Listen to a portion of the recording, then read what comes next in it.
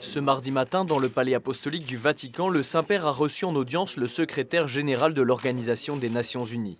Le pape François et Ban Ki-moon ont évoqué au cours de leurs échanges cordiaux des sujets d'intérêt commun, en particulier les situations de conflit et de grave urgence humanitaire, notamment en Syrie ou d'autres comme celle dans la péninsule coréenne et sur le continent africain, où la paix et la stabilité sont menacées.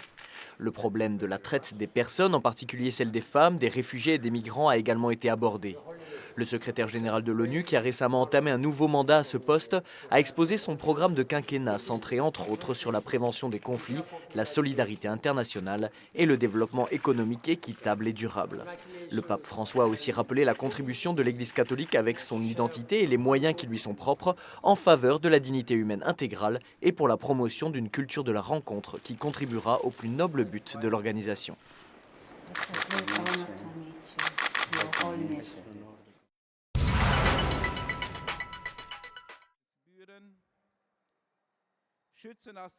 Notre espérance de chrétiens est forte, sûre, solide sur cette terre où Dieu nous a appelés à cheminer. Notre espérance est ouverte à l'éternité parce qu'elle est fondée sur Dieu qui est toujours fidèle. C'est par cette pensée que le pape François a salué les fidèles réunis place Saint-Pierre pour l'audience générale de ce mercredi.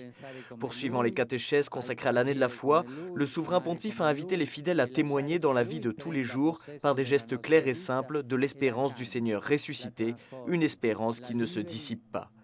Être ressuscité avec le Christ par le baptême, avec le don de la foi, expliquait le pape François, ne se réduit pas à simplement suivre des commandements, mais signifie être en Christ, penser comme lui, agir comme lui, aimer comme lui. C'est le laisser prendre possession de notre vie pour qu'il la change, la libère des ténèbres du mal et du péché. Au cours de la rencontre, qui a vu le pape saluer aussi en espagnol les fidèles, tous ont été invités à se comporter comme des enfants de Dieu, sans se laisser décourager par les chutes et les péchés. Mostriamo la gioia d'essere figli di Dio, la libertà che ci dona il vivere in Cristo. Montrons la joie d'être fils de Dieu, la liberté que nous donne la vie dans le Christ, qui est la vraie liberté contre l'esclavage du mal, du péché, de la mort.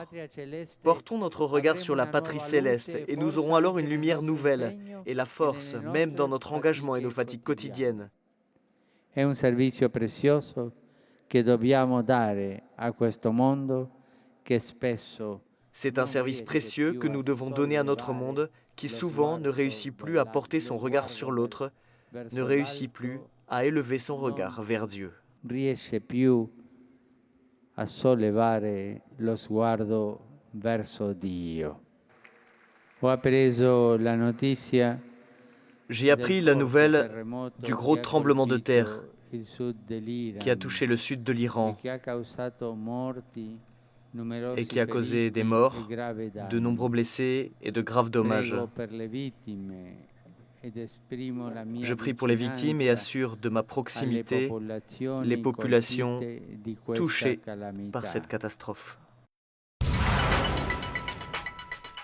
Le Saint-Père a reçu ce jeudi en audience le Premier ministre du Mozambique. Le pape François et Alberto Clementino Vakina se sont félicités des bonnes relations existantes entre le Saint-Siège et le Mozambique, consolidées par l'accord bilatéral entre les deux États signé le 7 décembre 2011 et ratifié l'année dernière. Il a été évoqué notamment la contribution positive de l'Église catholique à la paix et au développement du pays, surtout à travers ses œuvres éducatives, caritatives et de bienfaisance.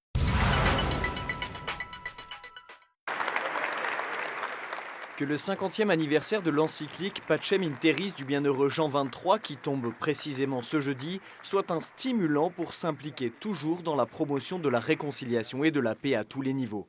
Ainsi l'a souligné le pape François dans son discours à la Papal Foundation, l'organisme américain qui soutient et promeut la formation des prêtres et l'aide à l'Église dans le monde. Après avoir reconnu l'important travail de la Fondation, le pape François a demandé de prier pour son ministère et particulièrement pour que les esprits et les cœurs se convertissent à la beauté, à la bonté et à la vérité de l'Évangile. Il existe une indissoluble unité entre les Saintes Écritures et la tradition. Ainsi l'a rappelé le pape François dans son discours aux représentants de la commission biblique pontificale qui ont terminé les travaux de leur réunion annuelle.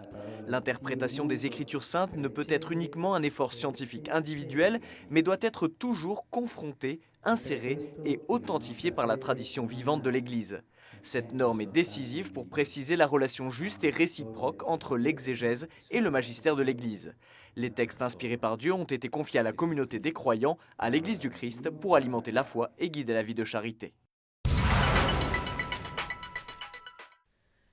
La force des apôtres, c'est l'Esprit Saint.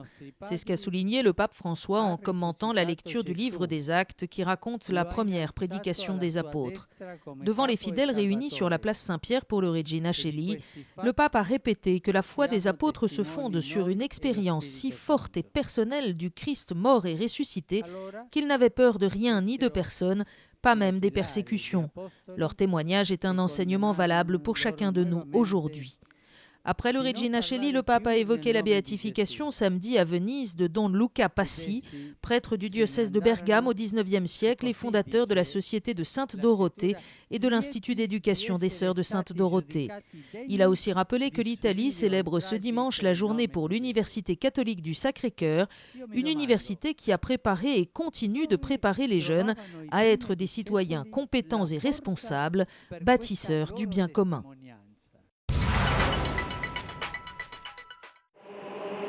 Le Seigneur nous envoie pour l'annoncer avec joie comme le ressuscité. Le pape François a adressé une invitation forte au témoignage à travers les paroles et les actes lors de la messe qu'il a présidée ce dimanche après-midi à l'occasion de sa première visite à la basilique de Saint-Paul-Hors-les-Murs.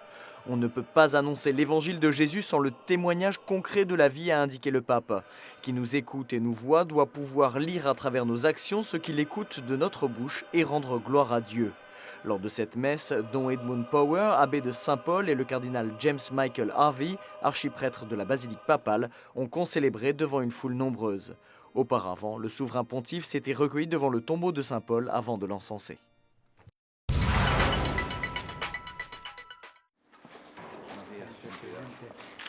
Ce lundi, au palais apostolique du Vatican, le président du gouvernement espagnol a été reçu en audience par le Saint-Père. Mariano Rajoy et le pape François ont échangé leur point de vue sur la situation économico-financière mondiale difficile que l'Espagne est en train d'affronter comme d'autres pays européens et qui touche particulièrement les jeunes, notamment à travers une grave crise de l'emploi.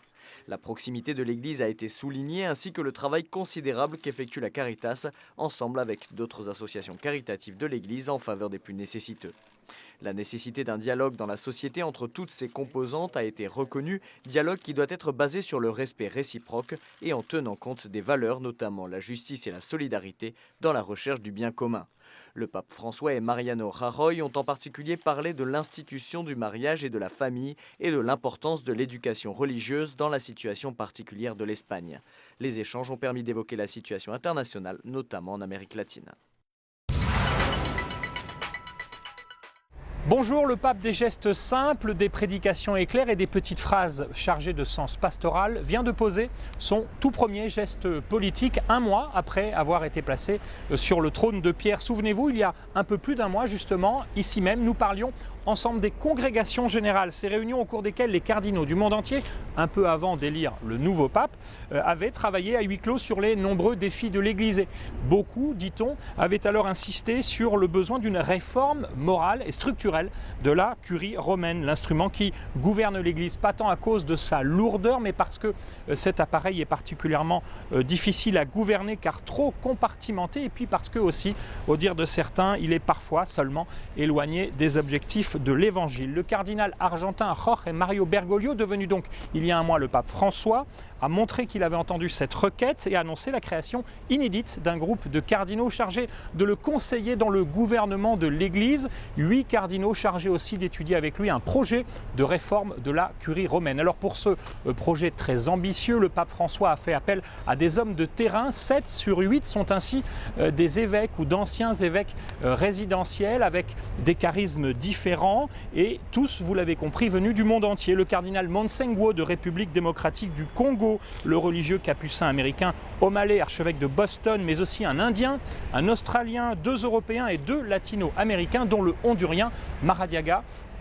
le président de Caritas Internationalis, qui a d'ailleurs été chargé de coordonner ce groupe de travail consultatif et non décisionnel qui se réunira une première fois en octobre, mais ce groupe, on le sait, peut d'ores et déjà commencer à plancher sur les dossiers. Seul un membre de ce groupe réside à Rome, longtemps nonce apostolique à travers le monde. Giuseppe Bertello, un Italien, est aujourd'hui à la tête du gouvernorat de l'État de la Cité du Vatican. Cet Italien, le seul Italien de ce groupe, donc, s'il n'appartient pas proprement parler à la curie romaine, en connaît bien les différents rouages. Pour réformer la curie, vous l'avez compris, le pape François s'appuie donc sur les nombreux dialogues, les nombreuses rencontres qu'il a ces jours-ci avec les chefs de dicaster, ces ministres qu'il reçoit un à un, et puis sur ce nouveau groupe de cardinaux de 59 à 79 ans, venus des 5 continents et qui ne proviennent pas de la curie romaine.